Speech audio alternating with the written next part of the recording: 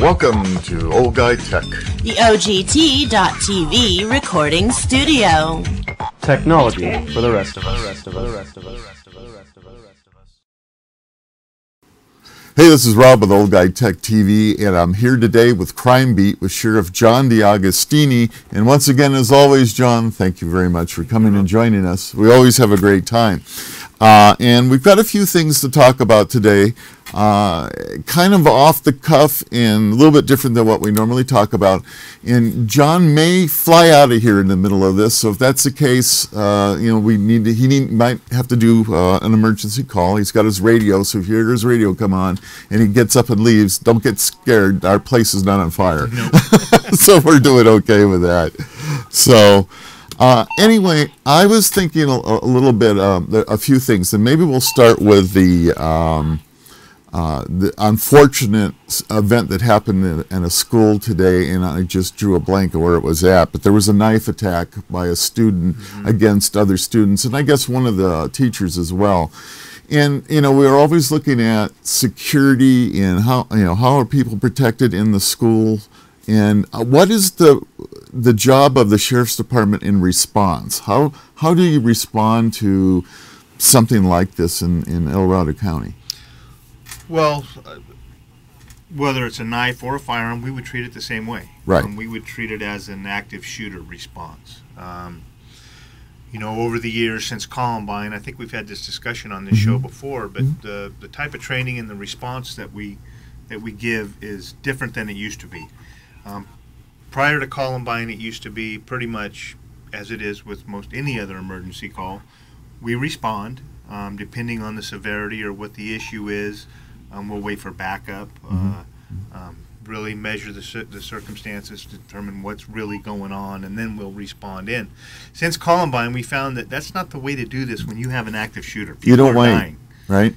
We don't wait. We don't wait. People are waiting. Yeah. And actually, just since Sandy Hook, it's even changed again. But from Columbine to Sandy Hook, the response was as soon as we had a 3 to 4 man team that was on scene, ready to go, they went in and they actively pursued the active shooter, whoever the suspect was. Right. Because we know through all of the history and all of and studying these situations, the shooter, the suspect, right, 9 times out of 10 when confronted, they either give up or they commit suicide.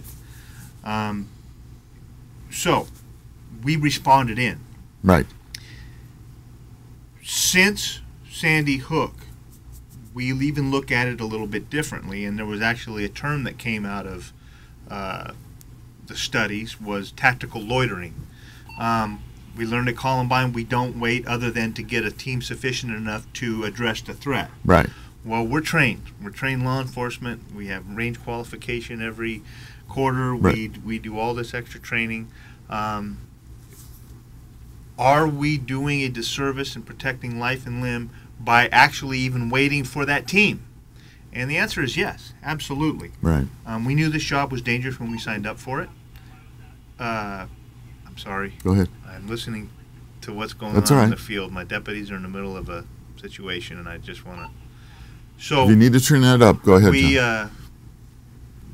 We don't wait anymore. Right. If we know that our next available unit is 2 to 3 minutes away and we're hearing shots, it's that deputy's discretion at that time. Well, heck, I'm going in. Right. I can confront this now and take on this threat.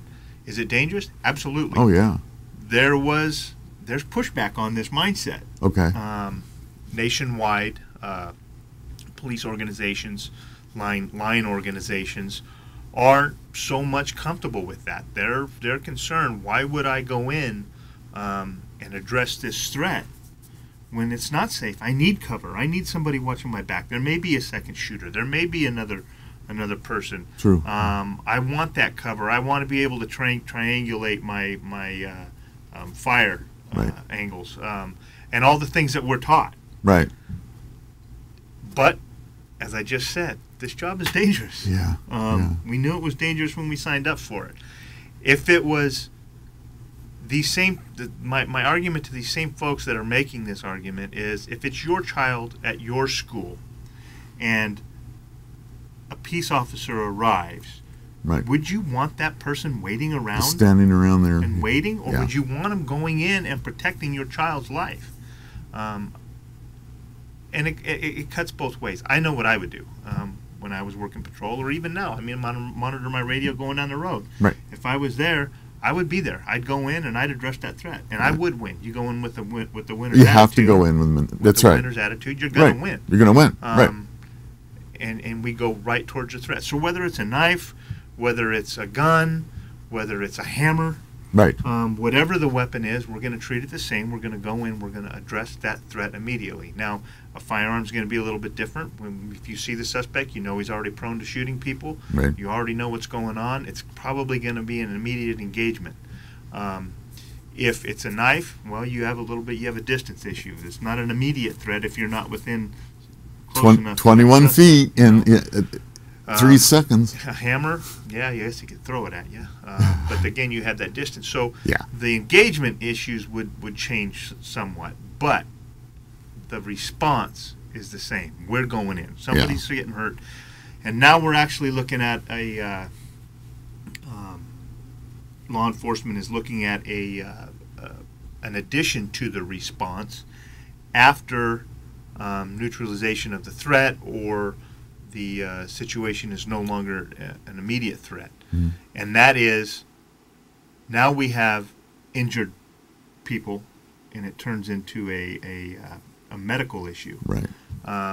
We're talking about the cost associated with, and to give the training and the equipment to be able to provide every deputy with the tools to render emergency medical aid, Mm-hmm. emergency medical treatment at a scene, even if it's just stopping bleeding with blood, Whatever. with clot stop or whatever it is, a tourniquet, just real quick treatment to get around. Can we save lives?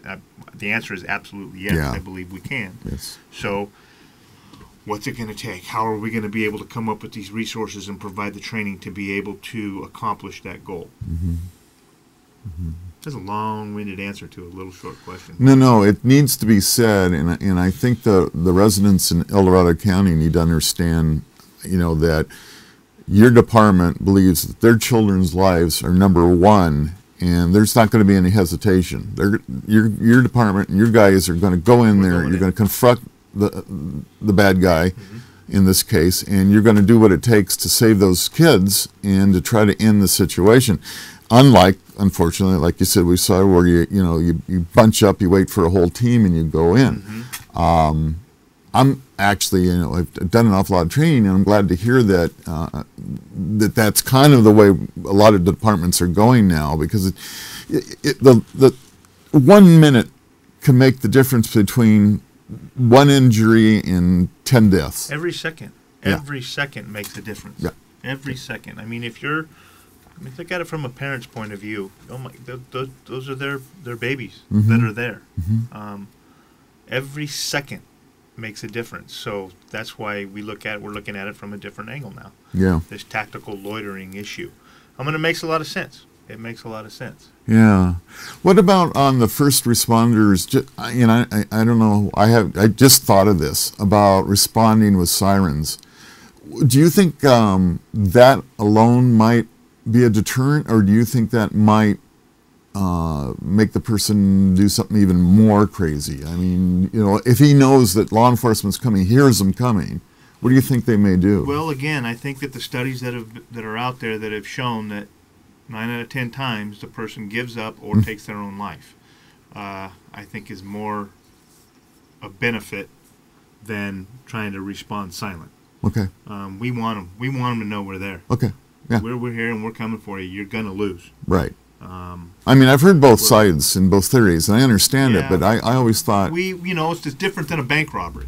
It's different than a bank. When we have a silent bank robbery alarm, we respond different because, again, time has shown that if they know we're coming, we roll up with sirens blaring and everything else. They're going to take hostages. It's going to be a long, drawn-out process. Right. We want to respond quietly. Yep. We want to set up a perimeter.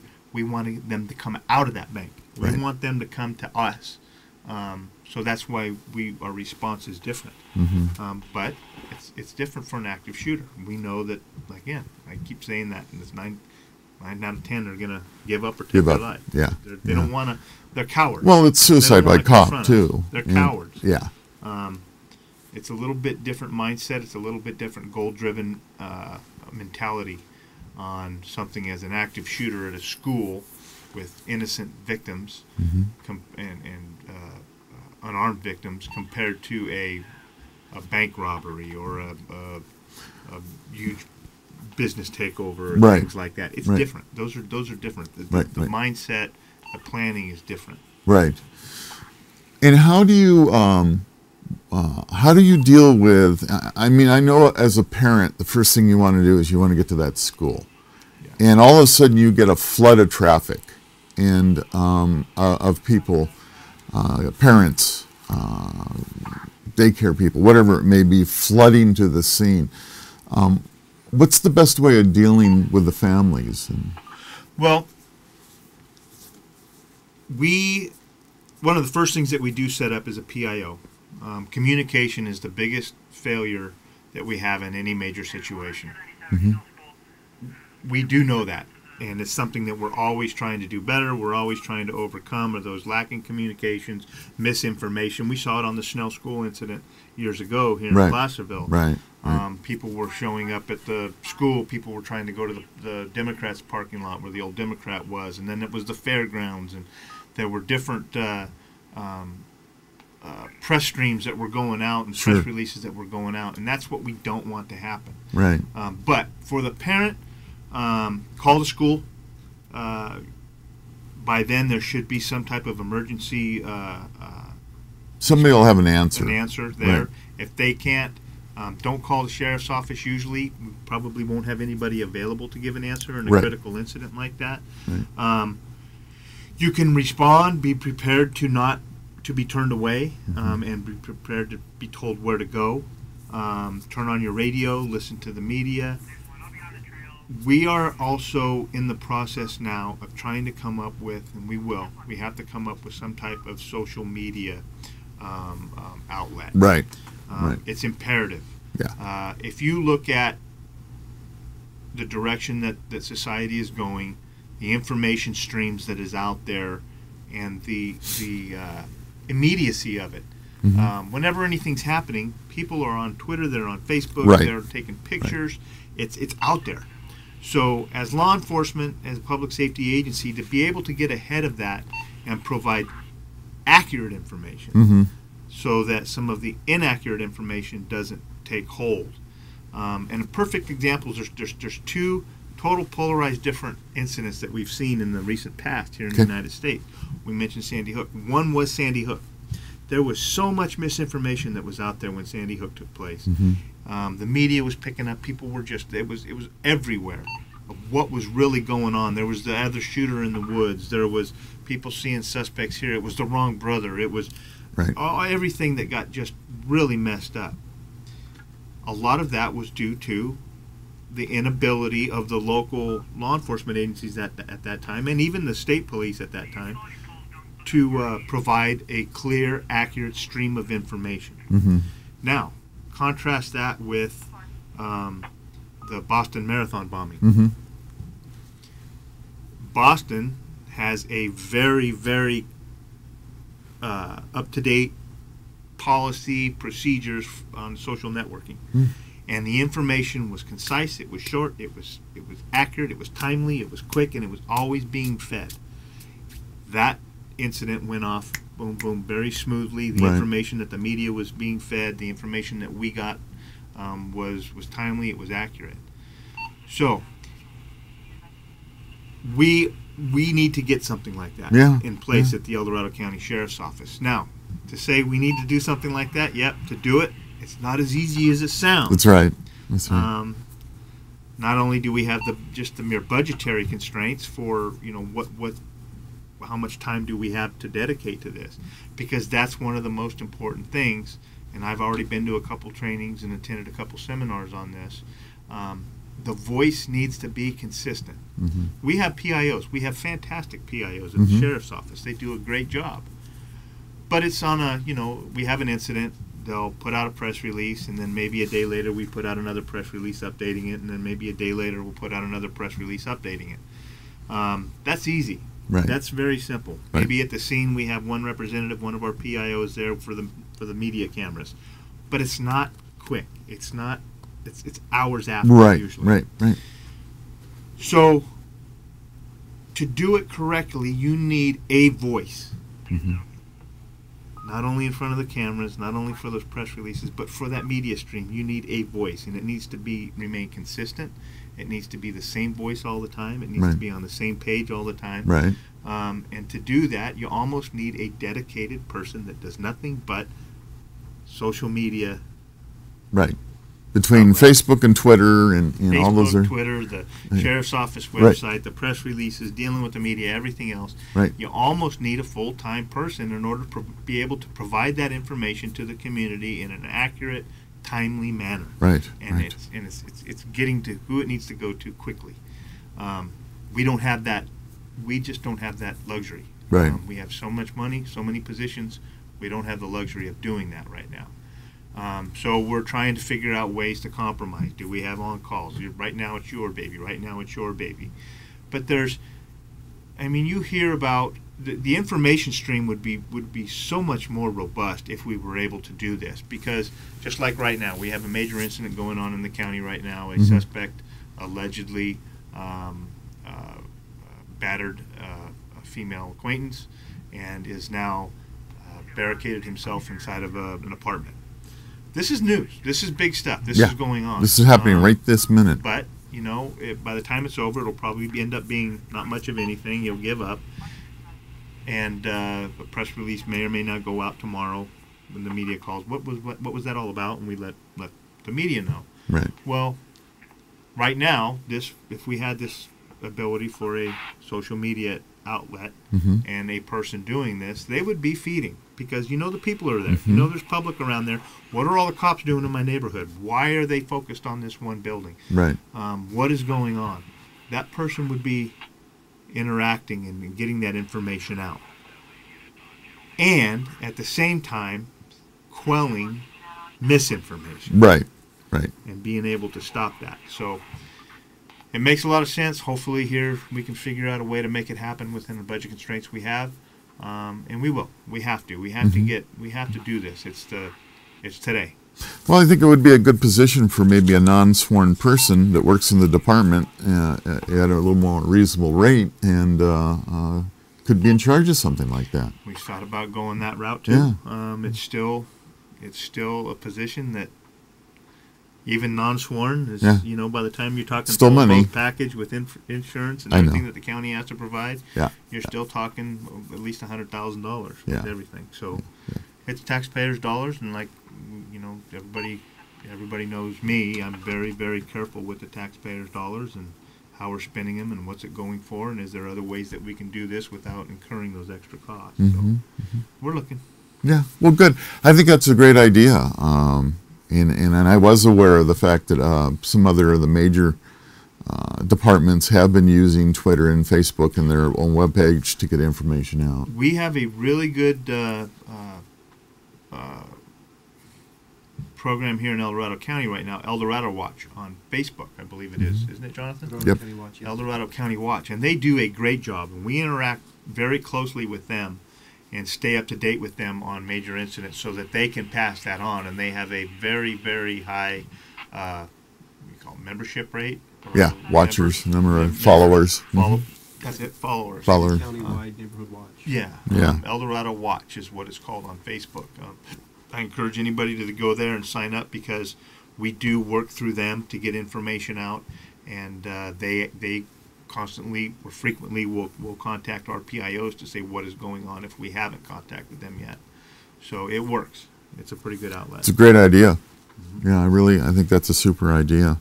One of the things I was, we were talking about earlier about what we wanted to bring up, and since we're on the social media side, how does the department deal with internet-related crimes that might be involved with El Dorado County?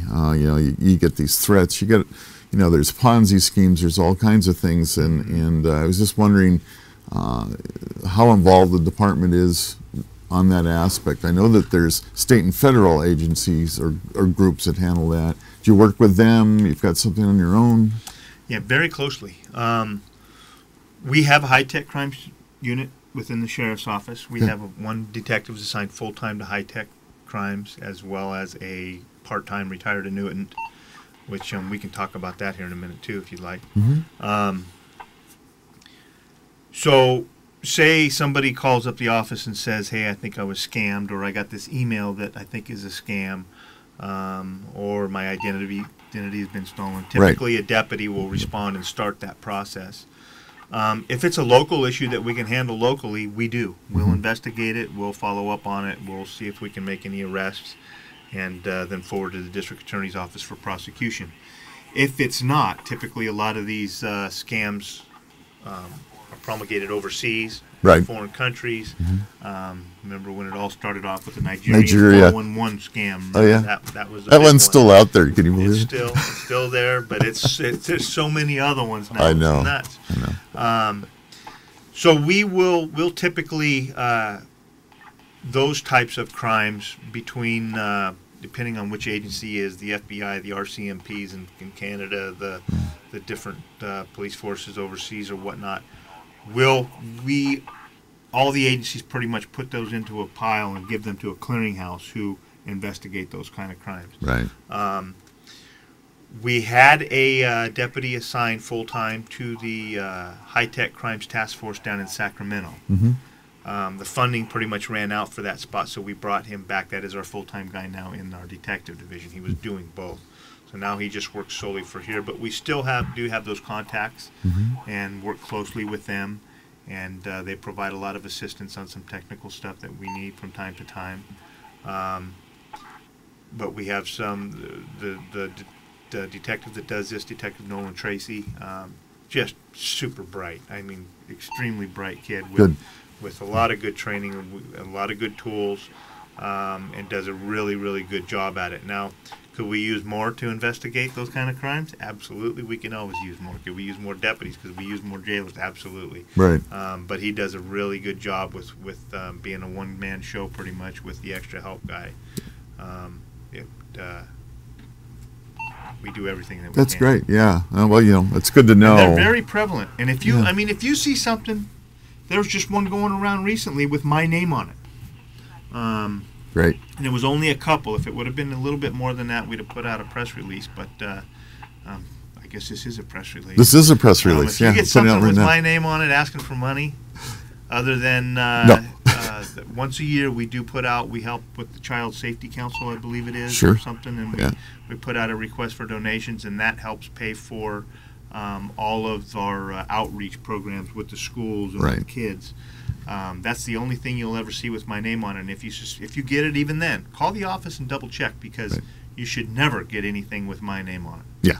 Asking for money. Especially asking for money. Like Yeah, that, absolutely. Information's one thing. Asking for money is another. Yes. Yeah. Absolutely. And people unfortunately fall for it, and it's well, it's the technical side. We won't get into it, but I'm always educating people on how to properly address email and how to take these emails that come. For instance, if an email came from John that said, "Hey, how you doing? Thanks, neighbor. You're a great guy. By the way, I could use a few extra bucks." It's probably not going to be true. So use the old standby that I use all the time with everything. It says, question everything. If it doesn't smell right, JDLR. That's right. Don't look right. Just doesn't look right. It probably isn't, and so that's for another show. But yeah, always question everything like that. Yeah, it's almost like phone calls. With emails, if you didn't ask for it, don't respond to it. If you get a phone call that people are calling you, hey, wait a minute, you called me. I didn't call you. What do you want? It usually is nothing good. Yeah, no. Yeah. And unfortunately, you still have those. We actually had a call about 4 or 5 months ago. Somebody supposedly representing the law enforcement association for I don't know what, and they're out there asking for money, and people fall for it because they want to support law enforcement. Yep. And it's just like, oh, come on, really? Yep, those come out every year. Oh yeah, they do it all the time. It's just crazy. So you were talking about you started to talk about part-time help or retired. Is it your retirees that come in or? Yeah. This has been something that's been going on for a while, and then a recent decision just came out, and PERS has stepped up, and retired annuitants that work for any public safety agency that are not on a truly limited time basis for the specialized skill are pretty much done. We have to, well, we're going to be in the process here of laying them all off. Mm-hmm. And while I understand some of, I don't understand. I understand what the argument is. I don't agree with it. Right. The whole double dippers. Well, you've already had your time. You got a retirement out of the system, and now you're back and you're double dipping. Right. Well, in the private sector, if you did well for yourself and you invested in retirement accounts and you set yourself up with a decent retirement, and you walked out the door and you retired, and then you went back to work as a consultant or whatever, mm-hmm. that's fine. Right. That's okay. That's acceptable. But if you put in 30 years in law enforcement and you had a good investment in your retirement, PERS, which was very good to law enforcement, and now you want to come back and work part-time, now it's a bad thing. Mm. Now you're a double dipper. It's bad. What really bugs me, though, in this whole process is I don't think that people really understand the savings that we as a local government agency experience by being able to use those retired annuitants mm-hmm. for certain positions. That savings is huge. We use retired annuitants in our court system for court security, right, and for bailiffs for coverage. Right. When we have shortages of staff, we use them on the boats in the summertime for the boat patrol. Right. When we have shortages of staff, without those positions and without increasing our staffing allocations, there's going to be a significant increase to our budget. Hmm. And I'm very, very concerned about it. So now, this decision was made by PERS? This is basically by PERS, yes. And okay. There's more to it. I can't remember what it is. I believe it was a court decision, and it's been interpreted. And I have the notice sitting on my desk that I have to notice these retired annuitants that they can no longer work here. They can't work here anymore. They're aware of this. They've all received their letters from PERS. What could happen is if we do not let them go, lay them off, fire them, if we do not do this, then PERS will, they're not saying they can, they're saying they will, because they know the names, because we got the names from them. Right. They're saying that they will, okay, you are no longer retired, we are pulling your retirement benefits. And not only will you no longer get your retirement benefits, but all this time that you have been working as an extra help employee or part-time employee or whatever, right, that time that is accrued and the normal contributions that would have been paid into PERS by you or your employing agency have now accrued, and you have to pay those. Ouch. So not only is the employee going to lose their benefits, they may be on the hook for benefit contributions, as right. well as the county for their contribution portion. So I have State Sheriff's Association meeting coming up. I plan on bringing that to the table to say there needs to be some way to fix this. I understand some of it. I can buy off on some of it. But the fiscal ramifications down the line of protecting the taxpayers' dollars are going to be severely impacted by taking a hardline approach to this and saying you can't come back to work and work part-time for local government if you're retired from the government system. Right. It's going to be cost prohibitive. Yeah, that's too bad. That's almost, that extra help is important, and it's a little bit like the state's decision on reserve officers in the whole thing. That it used to be that even take a guy like me, I could come in and become a reserve with your department and help work out. I mean, not be a non-paid position, but still help out, and that was okay. And then California went, nope, sorry, you can't do that. You got to have all the same training and background and requirements as a regular deputy, and it became too hard for folks to be able to comply. Exactly. Too difficult. It's very difficult. If I wanted to do it, I couldn't go through the physical alone. I'm getting old there, but I'd love to help. Mm-hmm. And it's a shame, because I think some states still fortunately have that, and I thought that was a pretty good deal for California as a whole, because you had people who wanted to help, and it would have been a great pool. Yeah. So I don't know what's going to come out of the end of it.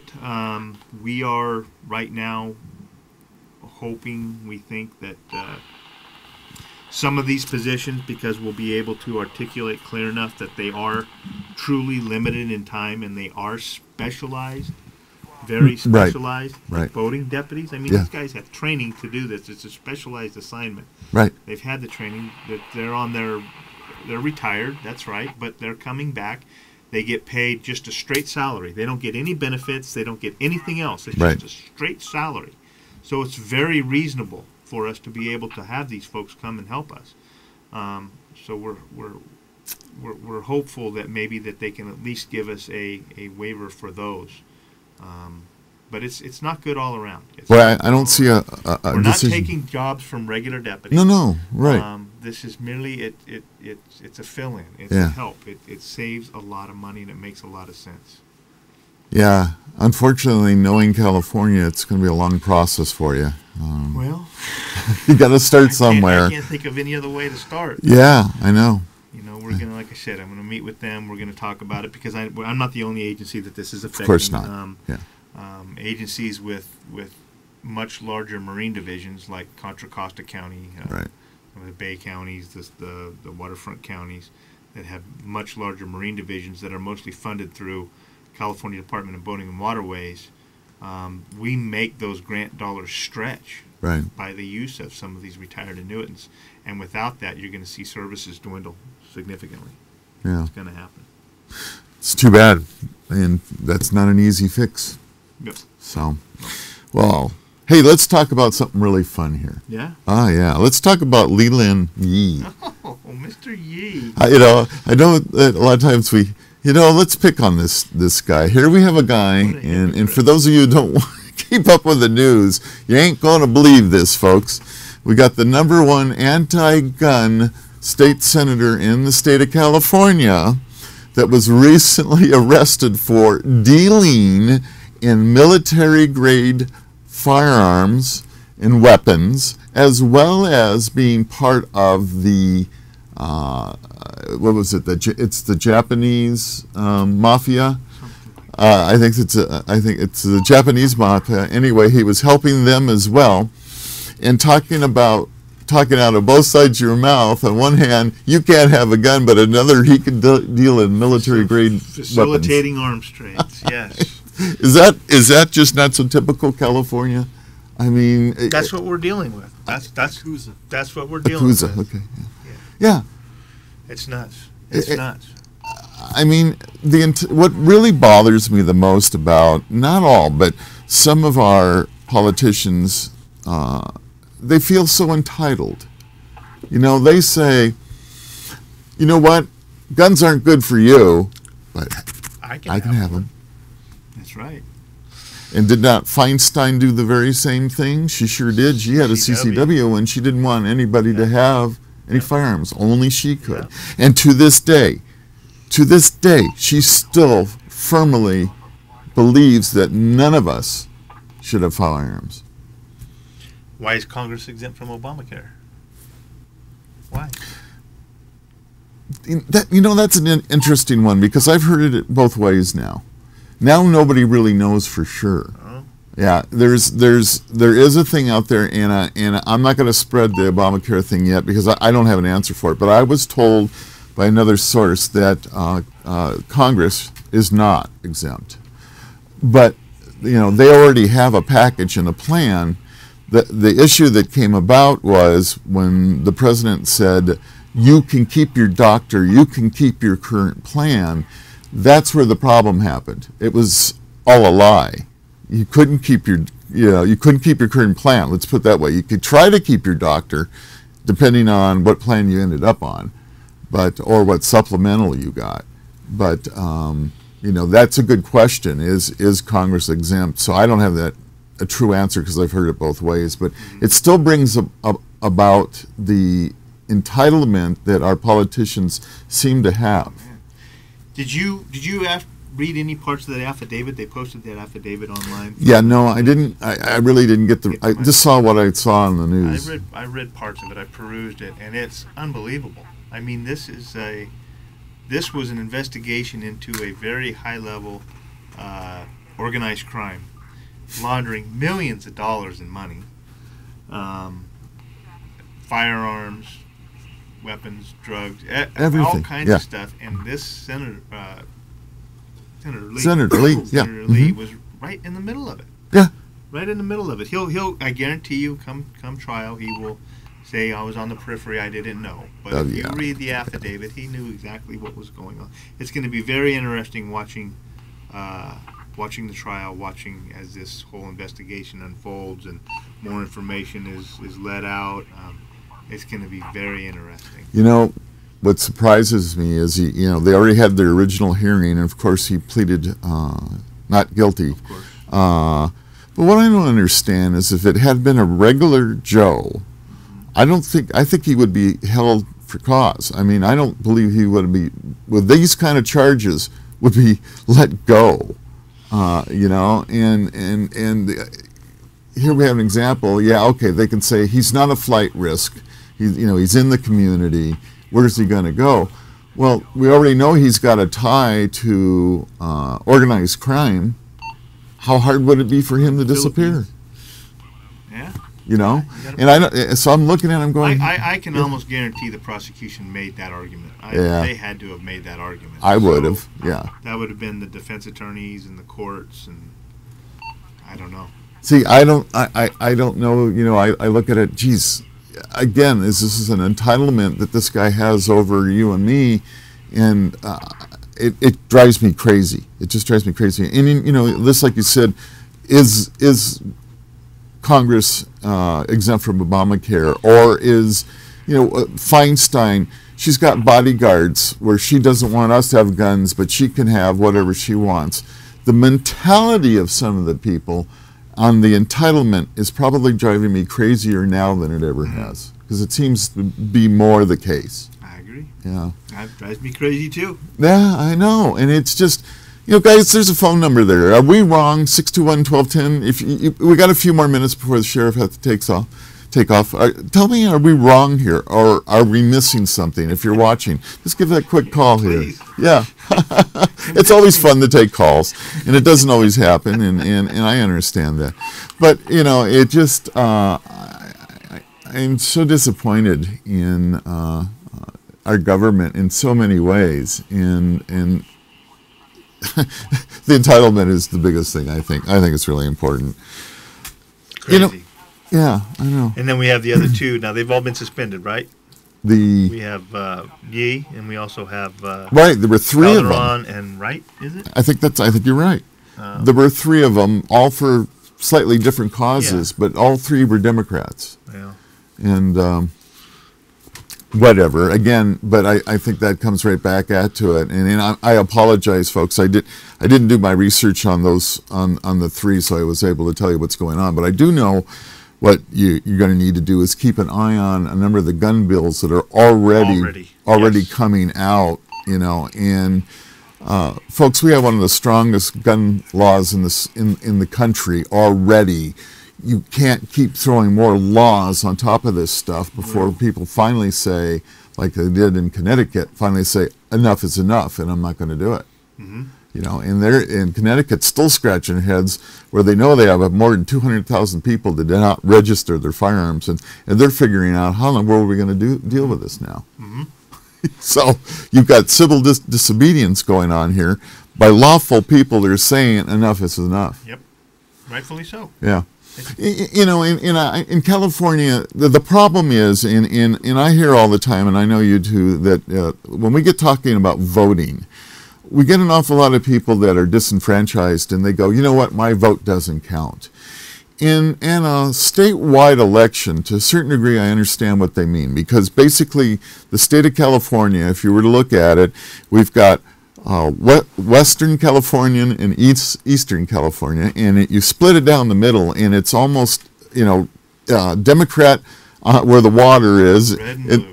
Yeah, and the Republicans on the other side. And I understand the feeling of frustration because we keep reelecting these dingbats, Feinstein, Boxer, Pelosi. These people keep getting reelected, and they have some kind of Kool-Aid over there that people drink that think, they're totally different than the rest of us.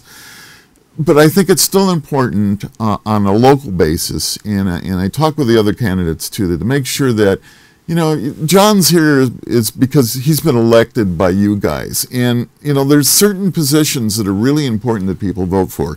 Your sheriff, your judge, your supervisors, your auditor, controller, all these, the CPA too, as well as the recorder clerk. We've got all these people at a local level that individuals' vote means so much. Absolutely. Yeah. And you guys out there, you got to understand that your vote is so important. I've seen elections. The city of Placerville, a number of years ago, had an election for a city council person that was decided by one vote. One vote. Yeah. Well, we just had the one for when I was running, I think, at the same time, 2010 for high school board. Yeah, Todd White. Wasn't that 7 or 9 votes? Or something like that. It's a county-wide election. Yeah, that close. Well, school board, for some reason, people pay no attention to it, and that's where it starts from. You need the good. Yeah, you need good quality people on school boards. And your vote does count. So I don't want you to think that you're disenfranchised and your vote doesn't count, because it does count. Take the time to look at that, and boy, we sure went full circle here. We went all the way around. Pretty good. Yeah. No, it's good. I absolutely vote. If you're registered to vote, vote. If you aren't registered to vote, go register to vote. Right. And vote. If you know somebody who isn't registered to vote, tell them to go register. Help them. It's easy. Go to the post office. Get the documents for them. Help them fill it out. Don't tell them what party to sign up for, but help them fill it out. Sure. Yeah.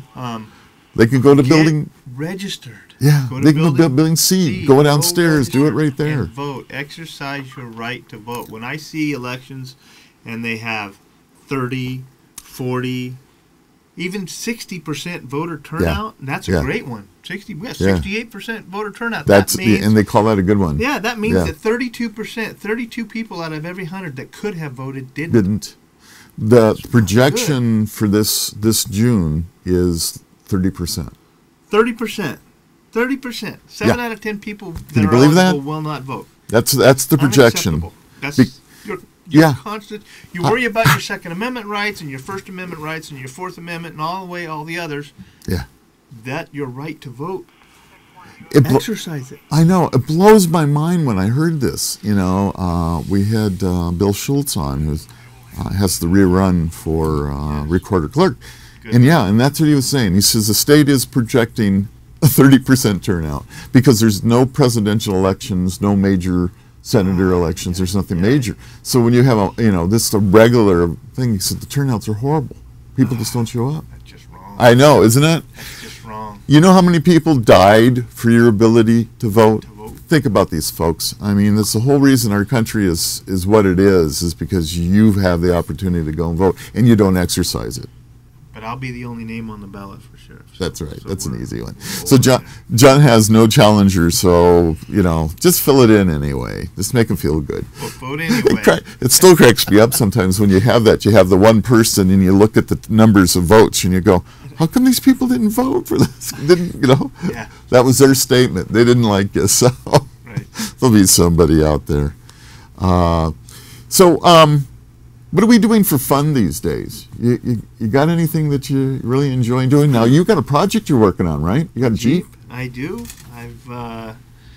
It's still a bare frame. I got my outriggers for my springs mounted. We're working on the front. We got to get that done. We got to get it to a rolling chassis so that I can then set my body and start working on all the body parts that we got to fab work. We got to do. We got to do the hanging brake pedals and the clutch pedals and the whole new steering system and all of that. But it's coming along. It's therapy. That's fun. Yeah, that's fun. It'll be nice. For people that don't know Jeeps, they'll look at it and go, gee, that's a cute little Jeep. It looks really nice. If you know Jeeps and you look at it and you look under it and you look around it, you'll see that, wow, this is something different. It's going to be really neat. That's cool. I'm excited about it. Yeah. It's good to have an outlet, something like that. That'll be fun. And then here shortly, I take my annual trip to Nevada, where I hunt ground squirrels and help the alfalfa farmers with their ground squirrel problems. Me and a few other friends, we've done this for quite some time, and you cannot imagine what these squirrels can do to an alfalfa field. Oh, it's devastating. They ruin it. They just ruin it to the point where they can't even harvest their alfalfa because they can't get their cutters down low enough to get a cutting off of it. So they can't poison anymore. For legally, that was outlawed. So they used a lot of different folks, many.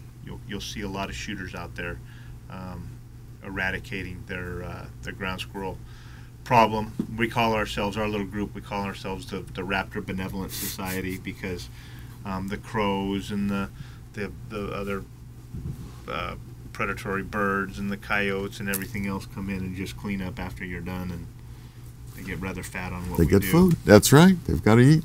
You know, my wife just cries every time she runs over a squirrel, and I go, but you just fed all these other animals. I mean, you know, I understand. I try not to stop. I'm not to hit them. But you know what? If you do, don't cry. Although I did. We went around a motorcycle trip. We'd been taking our bikes out, and we did about 500 miles this last weekend, and I watched a deer get T-boned on the freeway. And it was just like, oh my God! And no kidding, the body was going, whew, whew, whew, and I thought for sure it was going to come right at us. It fortunately hit the K rail and stayed there. But you killed the deer, which is a real crime, and the damage. I have no idea if the people were injured or not. But hitting a deer is not a good thing, especially on a motorcycle. You don't want to do that. No. So, and this was by a car, so that was a sad one. But that's cool. So are you going to try to do, now you've done the Jeepers Jamboree a number of times, haven't you? Well, as sheriff, I've been in and out a few times. Back when I was a young man, I did have a Jeep, and I did a lot of wheeling up in that country. Mm-hmm. I love that country. It's beautiful. It's a beautiful trail. It's challenging. Yes, it is. It's very challenging. It's got its spots, that's for sure. Makes it very fun. We went up last year, just two of us, two rigs. My undersheriff has a Jeep, and then a good friend of mine has a Jeep. And the undersheriff had never been through, so we went up there with just the three, four of us. We had my wife with me as well, Janine, and spent the day and actually went all the way through the trail. Mm-hmm. In one day, we were back home at 10 o'clock at night. Wow. Had one breakdown up by Buck Island. I was actually driving my friend's Jeep, who it had a weak belly pan. The skid plate underneath of it was pretty weak. It had been bent and rebent many times. Well, he had done it before and didn't really figure out why. Well, I figured out why. When you high center on your belly pan with any sort of force at all, it would drive everything forward and drove the motor through the fan through the radiator. So we did the MacGyver thing and tilted the radiator grill forward and crimped off the tubes and rolled them up and fixed it and filled it back up full of water and went on our way. But it's fun. It's beautiful. Fun. Yeah. And you're up in the middle of just beautiful, beautiful country, enjoying something that I've always loved to do and a lot of people love to do. It's a great recreational activity to do. And we do everything we can. I do what I can to make sure that trail stays open. We It's patrol important. that trail in the summer. Yep. We'll have deputies up there this summer. We do have one rig now. We're actually this close, I think, to Chrysler Corporate, donating a new Jeep Wow. to the agency, which makes a lot of sense. They have the Jeep Rubicon Wrangler, which was named after this premier That's four-wheel right. drive trail in the whole United States and the world, In actually. the world? Yeah. I think it's a very, very wise move on their part. Yeah. That would be wonderful. PR. I mean, I don't know how many millions of dollars they spent on the halftime show for the Super Bowl this year, but I'm sure that this will be budget dust compared to that. Absolutely. So hopefully we can get that and then get it outfitted and get it up there as well and That'd be cool. provide some better service. Because during the Jamboree, you have a couple of officers. We do. there, They yeah. actually pay for that. Okay. They contract for extra presence for the Jamboree and the Mm-hmm. weekend in Rubicon Springs, and they do actually pay for that. So, but we have a deputy that's a Rubicon deputy that's paid for through OHV money, green sticker money, and some other restricted revenue streams. And he'll be up there from probably May to September, and he's up there Good. usually 4 days a week, Good. Friday through Monday. Yeah. Yeah. So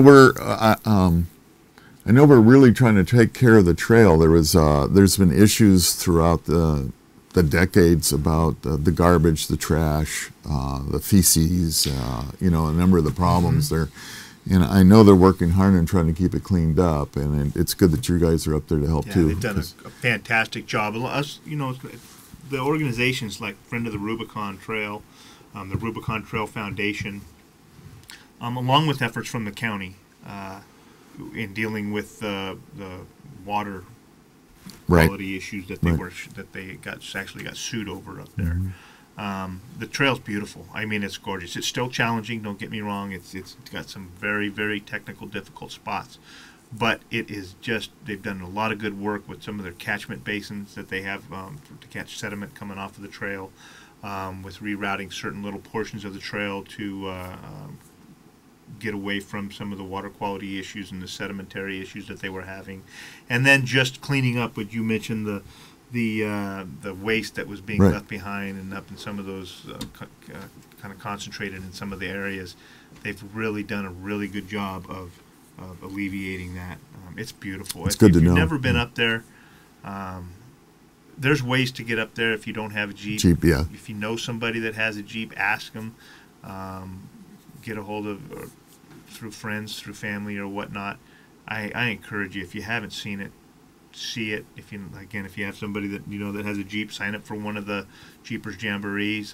They feed you. It's controlled. Yep. They have a whole garage that they set up down in Rubicon Springs. If you have a breakdown, they Yep. can fix you. It's awesome. Yeah. What a great experience. Yeah, it's great.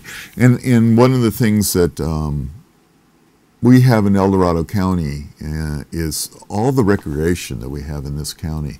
I mean, we have something for everybody.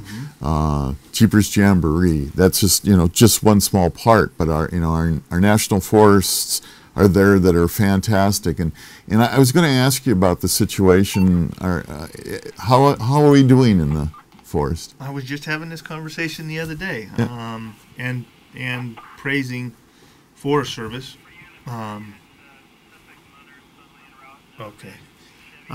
For the change that I've seen. It has been crickets for the past 6, 7, 8 months. I have heard nothing bad about the Forest Service in our forest. So that's good. Now we got a big season come up. We got summer coming on, so there'll be a lot more interaction. So hopefully this will continue the way it's going. I've been asked, will you reinstate their authority? And I said no. It took over 2.5 years for me to come to the decision that I made, and it's going to take at least a good couple years for them to prove otherwise. And then if we do, and I think we've talked about it on the show before, if they do, it will probably be a different model, meaning the old model was just a blanket grant of authority to any U.S. Forest Service law enforcement officer working within the El Dorado National Forest. or working in the force within El Dorado County, just Right. working in El Dorado County. Right. There's a couple other counties, Shasta County, I believe, that many other counties that handle it on a individual basis. Okay. So, Forest Service LEOA comes into the county to work. He gets his walking papers from his local office and his captain, and then one of the first things they do is they come to my office. Schedule a meeting, come in, sit down, we have a chat on my vision statement, what I expect, my walking papers, so to speak, and then they will get individual authority from me. Mm-hmm. And then when I have those issues, and not only do they answer to their captain, but then they also come and answer to me. Right. Now, I have no disciplinary authority, I have no investigative authority over them. However, I do hold that piece of paper that grants them state authority Right. in the county. So, if they want to work in El Dorado County and be effective in El Dorado County, they'll understand what our missions, my values, my goals are, and they'll do such. If they don't, thank you very much, and their office can transfer them somewhere else. Right. Well, so you've established a check and balances that I think is probably needed anyway, and I know that all your hard work was recognized recently at the CRPA dinner as Officer of the Year, right? And that was really neat. So that's pretty good. And I think I know that our little show here is funny thing, and you may have shared the story with me too. And I heard it from somebody else. Is that you got so much popularity off of what you did with the feds and the Forest Service. There's been people that have been watching your show from all over the country, and I heard somebody from New Zealand was watching this show. And I'm going, really? Okay, well, that's kind of neat. So people are really excited to see what John's got going next for him. And we have them, guys. We got over here. We don't stir it just to stir it. There's a reason. So no, of course not. Hopefully, like I said, it's been cricket since then. I hope we have a great summer. We all work together. I know that they've already reached out to us for come up with some kind of plan to deal with 4th of July up at Lake Tahoe. Right. We had some issues. No, we didn't. They had some issues last summer, and they would like some assistance. So we're going to work together and see what we can help them out with, and hopefully we can all play well in the sandbox again together. That's good. So we can all get along. Well, listen, we've managed to burn through an hour here, and I know you had one ear cocked to your radio, but it sounds like that may have solved its problems. So I'm going to go ahead and wrap this up. Again, John, I want to thank you very much for coming in with us. Once a month, John is here giving us all kinds of good news. We're going to get to see how next month how good he did helping the farmers out, and that'll be a lot of fun. And hey, as always, I'm Rob with Old Guy Tech TV Interviews, and this is our interview Crime Beat with John D'Agostini, Sheriff El Dorado County. Thank you very much for watching. We'll catch you next time.